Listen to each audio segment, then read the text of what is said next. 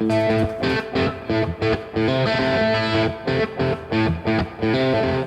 time for another podcast by George. Straight talk, straight from the heartland, that'll have you saying, "By George, I think he's got it." Now, here's George. This is called Howl at the Moon. Hello, hi, how are you? And welcome to another podcast by George. Welcome on in. The fourth Democratic presidential debates in the run-up to the 2020 election. They're history now. I watched most of it. I had some ideas and thoughts for you on it. And I wanted to let you know that we've got a very special guest on podcast by George, Paul Mulshine, with the Newark, New Jersey Star-Ledger newspaper syndicate, is coming on to talk about a column that he just wrote about my preferred candidate of choice, Tulsi Gabbard, in these elections. And I had some thoughts about the other candidates that I wanted to give you before we got to Paul, and I know he's got his own perspective on it, but I'll tell you what, they're quite a bit in line with the way that I look at things, and he's not what you would call a Democrat at all, but I think the guy's got a lot of common sense, and he's looking at this potential election appropriately, correctly. Well, anyway, let me give you the rundown of my candidates, the way that I'm looking at things right now in this election. And let's start off with the guy that was new on the stage, Tom Steyer. I know a lot of people were really excited to see him present. My take on him basically is the Republican Party, the people out there in the hinterlands, they basically view this guy as a billionaire antichrist. They will load up the wagons, boys. They'll come with the pitchforks. They'll come with the torches to make sure that this man does not get elected. And if they don't vote for him, if he doesn't flip some states out there in that Electoral College in those red states in the hinterlands, he's not getting elected. And he's not a millionaire. This guy's a billionaire with a B. So here's what I'm telling Tom. Hey, you know, your policies and positions really aren't that much different or better than the other candidates, and the fact that you want to impeach Donald Trump is nothing new. I know you've been leading that fight, but if you really want to help America and Americans, go ahead and work on policy. Maybe take a job in the government. Maybe work for the newly elected Democratic president's cabinet. And in the meantime, put some of that money to work, Tom. How about a couple of $1 billion to help with the healthcare changeover, or maybe for education? Now, there's a lot of things that can be done with that money other than just getting yourself elected president. Senator Cory Booker was on the stage again. This guy's all good. I just had him on the podcast. I mean, he talks it and he walks it, and he's an inspirational leader. And that's really what these Democratic candidates appear to be short on, to me, is inspiration. And out of all of them, maybe even Tulsi included, as far as inspiring orators are concerned, Cory Booker continues to lead the class in that regard. Kamala Harris, I'm not a big Harris fan. Her claim to fame is prosecutor in the state of California, and her forte would be to bring people of color, bring the minorities back to the polls, those people that went missing in 2012 and completely sat out the 2016 election. Well, she's a cop. She's a prosecutor. She's been locking up folks, people of color and minorities out in California for many years, and that's going to be brought out very painfully, I believe, for her if she's the nominee. And I would not recommend nominating Kamala Harris for that reason. I don't think she can bring the contingency that could win the election. I think she's got a lot of shortcomings, and I'm not excited about the Harris candidacy. Former President Joe Biden on the stage again. My God. And he took all the time, and the guy was on. Who needs to hear Joe Biden anymore? I've been listening to this guy since the 80s, for crying out loud. This guy got beat by Michael Dukakis. This is his third run for the presidency. He's never excited or inspired anyone. The guy is a certifiable loser. And he's up there in the debates telling me how he's old and wise. Wise? This is the guy that voted for the Iraq War, that voted to give George W. Bush, the biggest criminal in the history of the American presidency, authority to execute the war based on flawed intel that he should have known better about. This is the guy that got caught plagiarizing in one of his presidential election attempts. This is the guy who was so dumb he allowed his son to take a job with the Ukrainian government on a gas and utilities board for $50,000 a month. And that's going to come back to haunt him. He's leading the Democratic polls. We made fun of the Republicans in 2016, and it was a lot of fun talking about that cast of clowns they had for candidates, the lineup that they were trying to get elected. But I'm looking at these folks and thinking, my God, it's just about as bad. Joe Biden. It's enough to make you laugh out loud. And talking about suicide missions, Mayor Pete Buttigieg, or whatever, he's on the stage. Here's Donald Trump.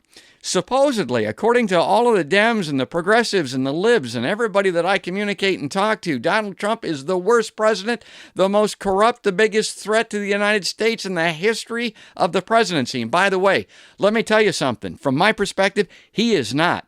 The guy that still owns that crown, the guy that handles that's George W. Bush. Chasing around WMDs in Iraq, killed as many as 1 million innocent Iraqi civilians, men, women, children, and little bitty babies. Put 7,000 American boys and girls in the ground.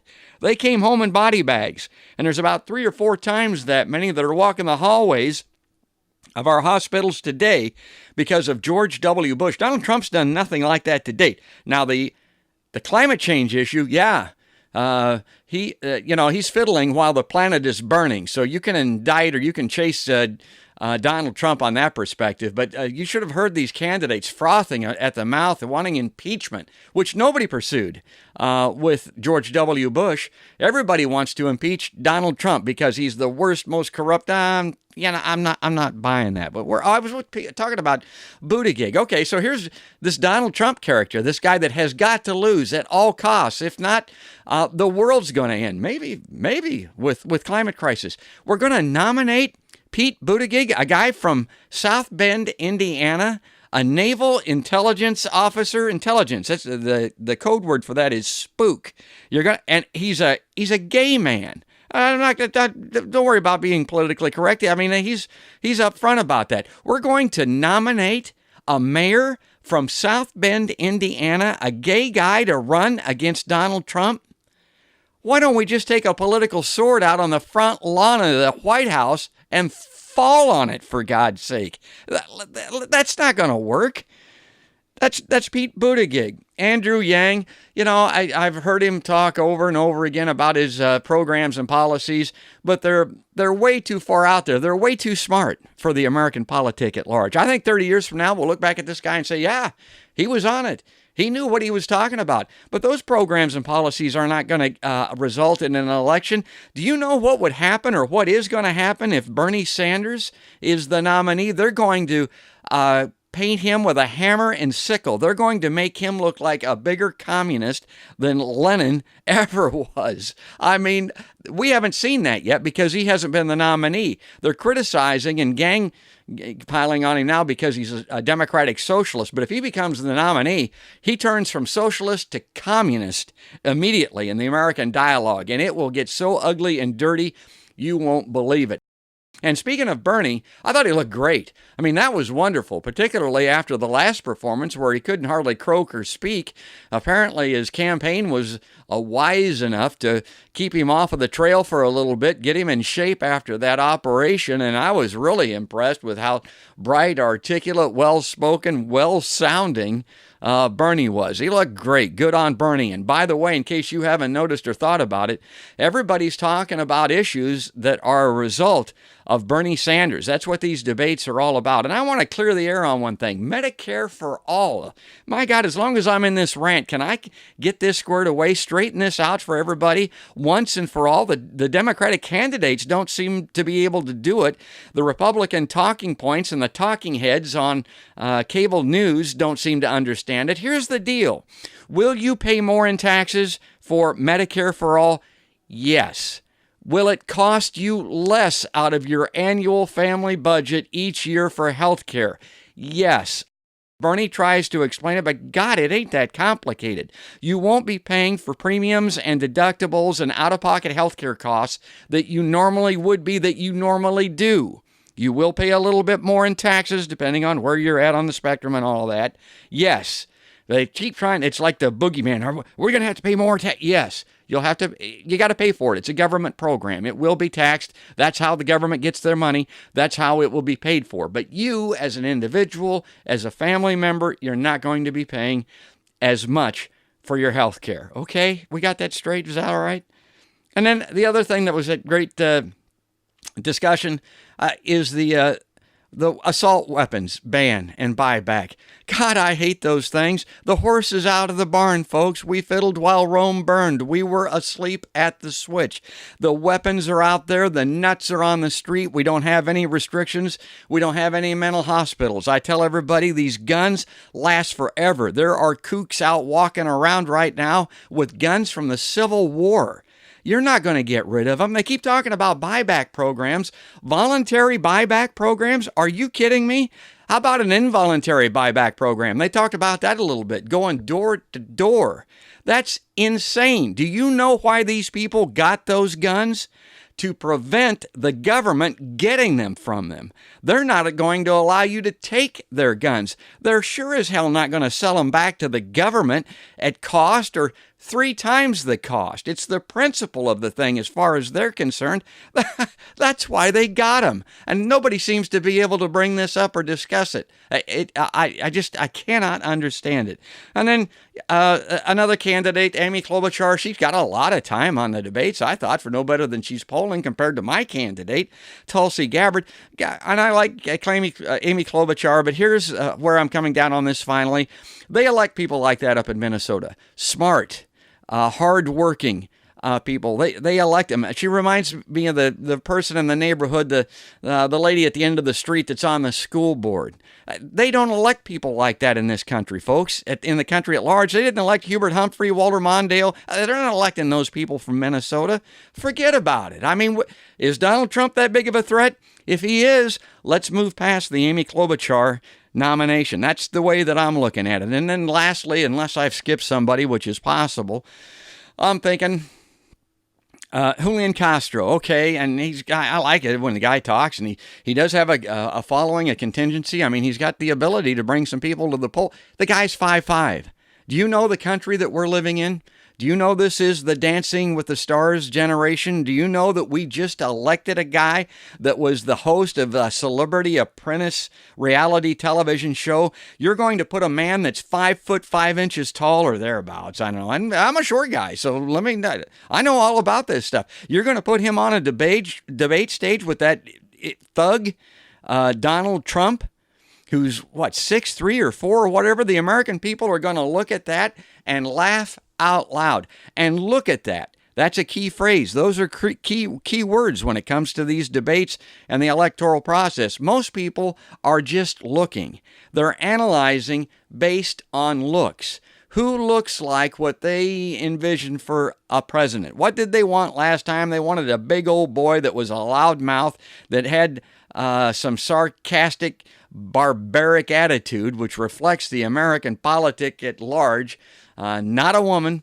That's not who they want. And Elizabeth Warren, 71 years old. There's the one that I forgot or left out. I call her the Endora candidate. You can look that up as if you want to know what I mean by that. The American people aren't voting for her. I mean, you can kind of squint and see Hillary Clinton. I get real. We're talking about the Electoral College map here. Who could possibly flip? Who could, in a red state on that map, go for a Democratic candidate this time? Well, there's only one candidate out of the entire group right now that I'm thinking that may happen. Maybe Bernie, because he's a progressive. And so let me say 2 candidates. He's a progressive, but a lot of those states used to be considered to be populist states.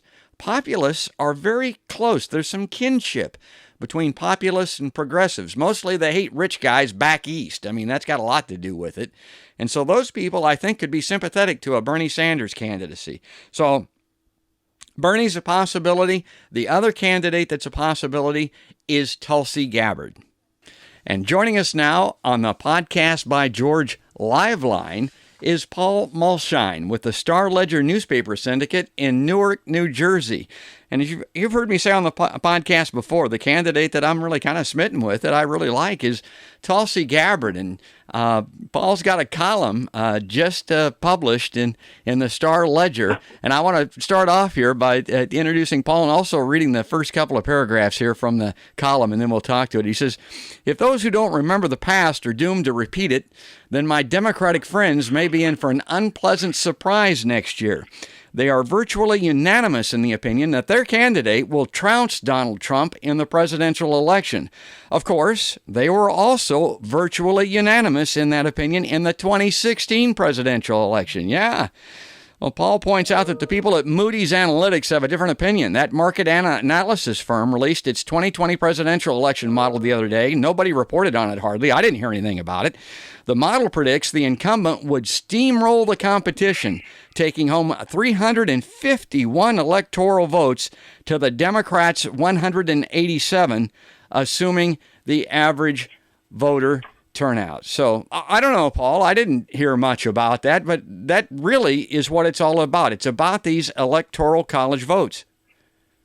Yeah, I talk to the Moody's people a lot because they do a lot of good stuff on our bad bonding and our bad fiscal policies here in New Jersey, which is going broke under the Democrats, But, the funny part about the last election was I was the only pundit, I think, in America who predicted Trump would win.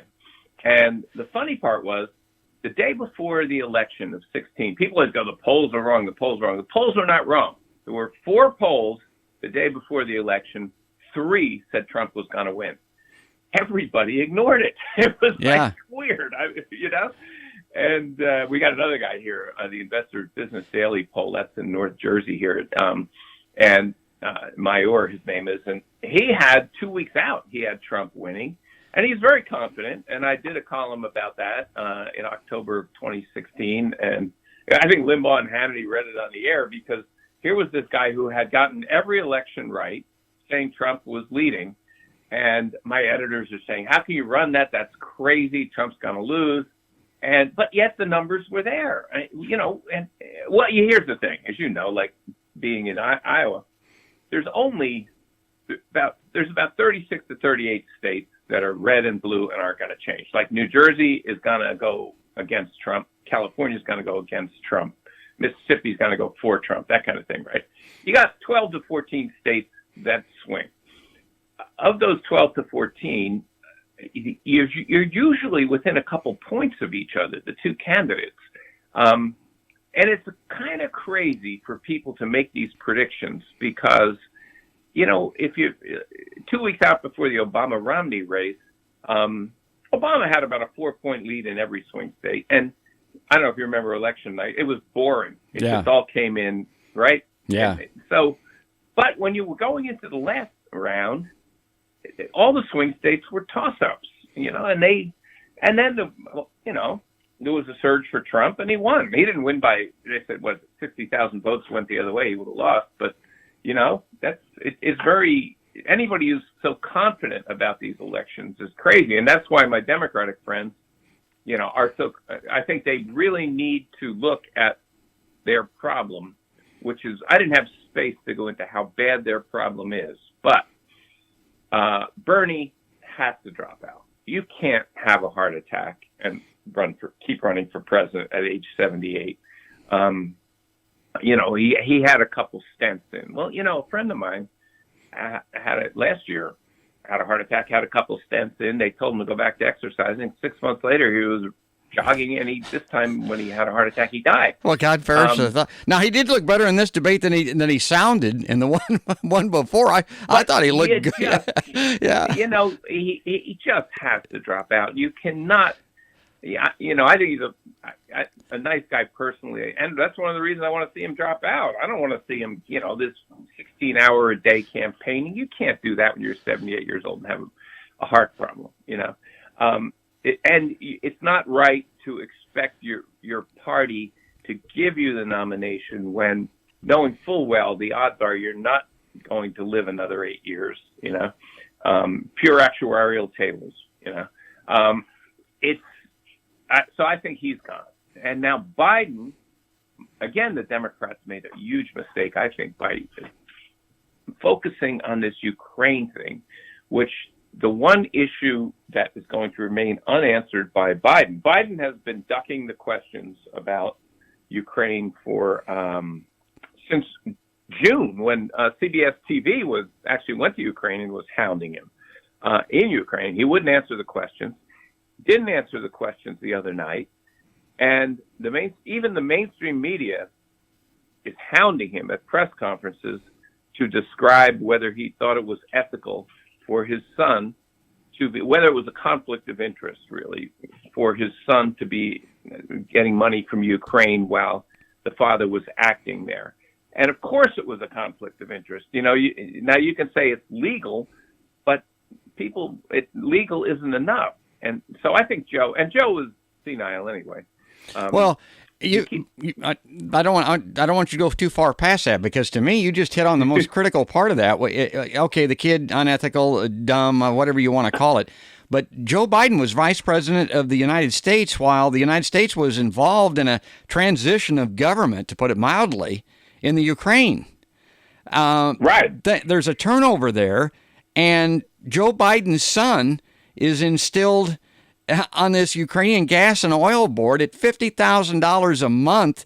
I mean, how does that look? What if Donald Trump's kids, what if we had gone into Venezuela, like I think maybe John Bolton wanted to do, overthrew that government down there, and Trump put one of his kids in charge of the oil in Venezuela? Right. What would they be doing to that guy? It's the same thing. Yeah. Well, that's the thing. The liberals go, well, Trump's son does this and Trump's daughter does that. Well, guess what? Trump's got his nomination locked up, so that's immaterial. The Republicans are going to nominate Trump, so you can yell all you want. He's going my liberal friends may be upset about it. It ain't going to change anybody's mind. Donald is going to be the nominee. They've got to pick their nominee. And, another thing with Biden, a couple of years ago, he was here in Jersey and pushing some local candidate. And he gets up there and he starts going, in 5 years, we're going to have the 22,000 mile an hour jetliner that flies subsonically. And I'm like an airplane buff, but you don't have to know that subsonically means below the speed of sound. Yeah.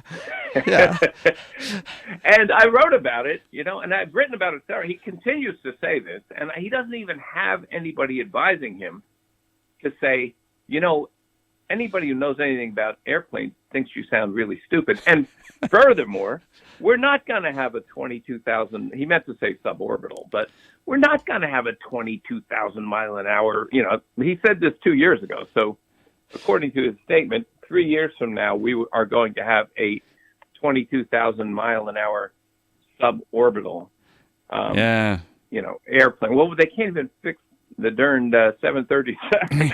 Right. They're still grounded. Yeah. Yeah. That's still not back in the sky, Yeah. Well, I was in and out of this last debate, and I jumped in and I'm sitting there. The point that I came into it was where they were talking about Syria and the Kurds and Turkey and all this. And I thought, okay, boy, this is right in Tulsi Gabbard's wheelhouse. I mean, this is not only a two-time a veteran of the Middle East, she's actively serving. She's on the Defense Committee in the House, and so okay, let's hear what tells. 45 minutes I sat there. They didn't even call on her. She didn't even get to speak. It was like they were purposely ignoring her. Well, she did have the statement I cited, in which she specifically came out against regime change wars, which all the liberals love to think they're pro-peace. And then when you say, let's get our troops out of the Mideast, they go, oh, you can't do that. Well, the troops are there to fight. That's all they're there for. And, if you believe in peace, you got to pull them out. You can't say, oh, we're going to have all these heavily armed people with the most lethal weapons on earth, but they're never going to fight. Yeah. But when she said she was against regime change, that was a Donald Trump line used against Jeb Bush in 2016, no more regime change wars. And I've been following Syria closely. From 2011, I wrote a column about Syria, quoting Bob Baer, the ex-CIA guy who was over there, and just talking about how crazy it was for the U.S. to get involved in overthrowing the government of Syria. And the funny part was, at the time, there was a wedding in Philadelphia, and the two families got into a fight and there was a big brawl and it was in the newspapers, and he mentioned that. And he goes, it's kind of like you were at that brawl and you said, here, let's throw in some baseball bats. That'll help. Yeah, that'll fix it. But that's exactly, the last thing we needed. And what's really going on there is the neocons are obsessed with overthrowing Assad because they perceive Assad as a threat to Israel, which he is. They're on opposite sides of the war. But that's the reason they want to overthrow him. And it has nothing to do with the wonders of democracy. The next guy who came along would almost certainly be worse, just like in Iraq, just like in Libya. But they just think, well, it's good for Israel. And that's the neocon line is, if it's good for Israel, we do it. Well, it's amazing because Trump will be fervently pro-Israel, will give them, the capital, the Golan Heights, but he's not going to get in a war for Israel. He knows if he gets into a war, he loses this election. And he was so tough today, where he was saying people are all over him, and mostly Democrats going after him for pulling troops out. I know, the hypocrisy of the Democrats. Yeah. And he's going, we don't belong there. Let them fight it out. And here's what's really happening. They said, the Turks will slaughter the Kurds. Well, the Turks aren't really that capable of slaughtering the Kurds. They want to push them back a little bit, but the Kurds are pretty good at fighting, and the Turks have a draftee army that's not that good. But what's really happening is when we pull out, the Kurds are going to make a deal with Assad. They're going to say, okay, Assad and the Russians and the Iranians are going to join with us to resist Turkey. And that will help reunify Syria. We never should have broken up Syria in the first place. None of this stuff would have happened if we hadn't gotten into this crazy Arab Spring nonsense about overthrowing Assad. Remember the vetted moderate rebels? That was the stupidest thing. A moderate rebel. What are they, moderately rebellious? It's like, just the dumbest thing. But they started this thing, and Trump is just saying, it's not our fight, we're getting out. And this goes all the way back to my childhood almost. I mean, when I was a young man looking at the draft for Vietnam, you got to get out, and if you got to get out, it's never going to be pretty. There's always going to be a vacuum that exists. People are going to be hurt, but you either get out or you don't. And the question to be asked is the one that Tulsi Gabbard is asking, and you just posed. Why were we there to begin with? And let's not repeat the same mistake again. The correction for this problem. Well, that's the crazy thing. Yeah. You'd have to be a moron to think we were there because we love democracy, and we were there because the Israelis and the neocons in America thought it was a good strategic move to break up Syria. Well, guess what? My other former Green Beret, Pat Lang, who I talk to a lot, he's spent 20 years in the Mideast in intelligence. He says, the Israelis are not as smart as we think they are. They're really kind of tribal. They went into this thing thinking they were going to weaken Assad and weaken Iran. Well, Iran now has a corridor, thanks to us removing this secular dictator. Remember how Donald said we shouldn't remove secular dictators. We removed the secular dictator of Iraq. That let the Shia take over Iraq, and it's now allied with the Iranians. Oh my God! That gives them now they have a corridor to Syria. Yeah. When they tried to overthrow Assad, the Iranians came into Syria. Now they've got a corridor all the way up to the border of Israel, and this is not what these people intended. But they're such idiots. Right.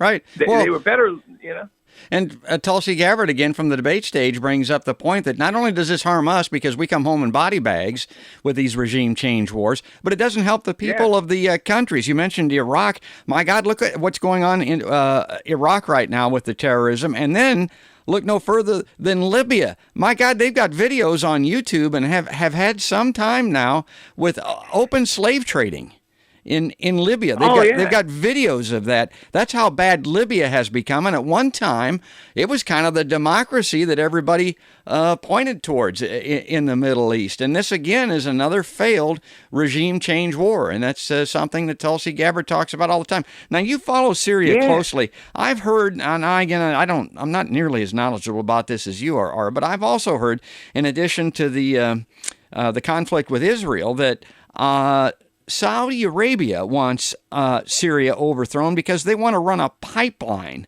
to export oil.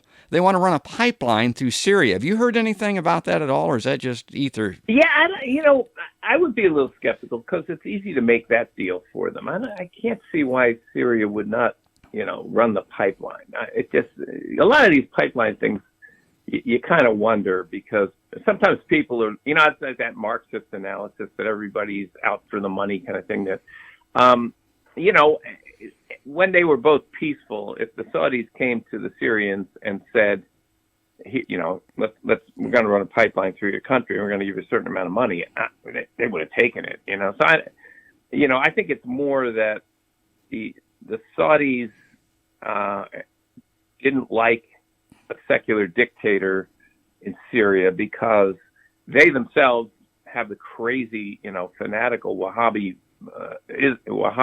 brand of Islam, and they don't like secular dictators, and I think that had a lot more to do with it because they have to pretend that they're pushing this hardcore form of Islam, and they really don't like, the real fight there is between the Saudis and the Iranians, and they're squaring off, and they see Assad as being allied with Iran, which is right, but those two are fighting like crazy. And, what bothers me is you often hear all like Trump's critics saying, are you going to strengthen Iran? Iran will be stronger.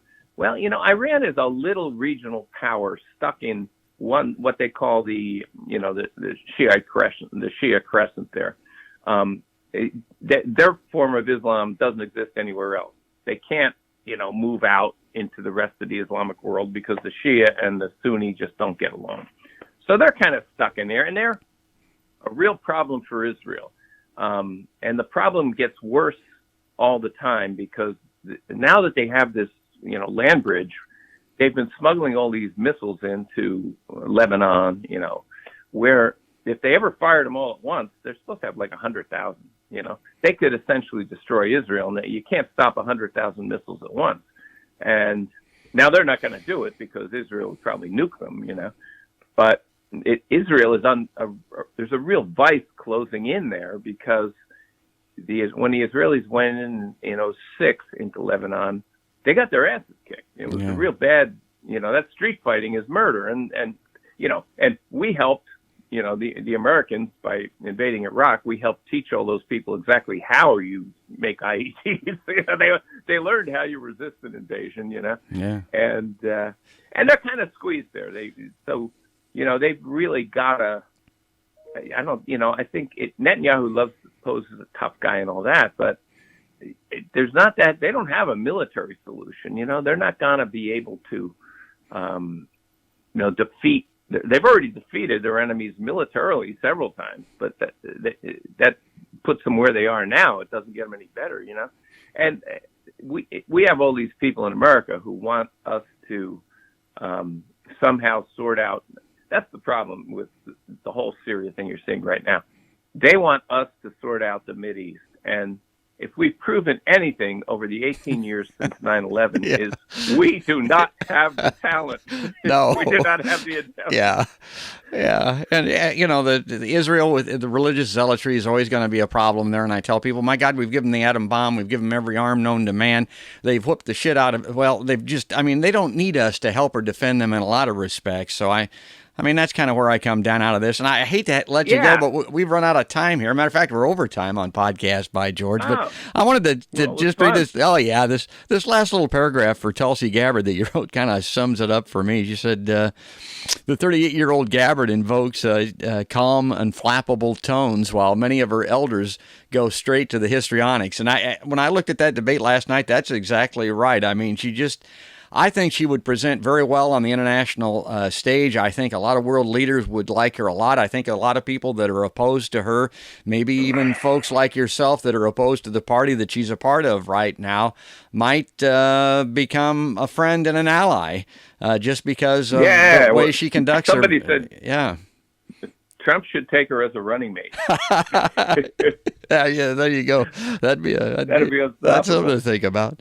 Well, that's great. Thanks again, Paul. I'd like to maybe put out a marker there and come back and visit you because you've got a lot of great insight on this stuff, not only on the domestic political scene, but also on the Middle East. And I really appreciate you coming on Podcast by Great, George. Thanks a lot. Yeah, Paul Mulshine. Talking. He's with the Star-Ledger. That's the newspaper syndicate with our friends out there in Newark, New Jersey. And I encourage everybody to check out the podcast and all the online platforms. Look for us on Twitter and Facebook and YouTube. And everybody check out Podcast by George. And you get an opportunity, look for Paul's work with the Star-Ledger online and in print also out there in New Jersey. Right now, we're going to have to wrap it up. That's another podcast by George.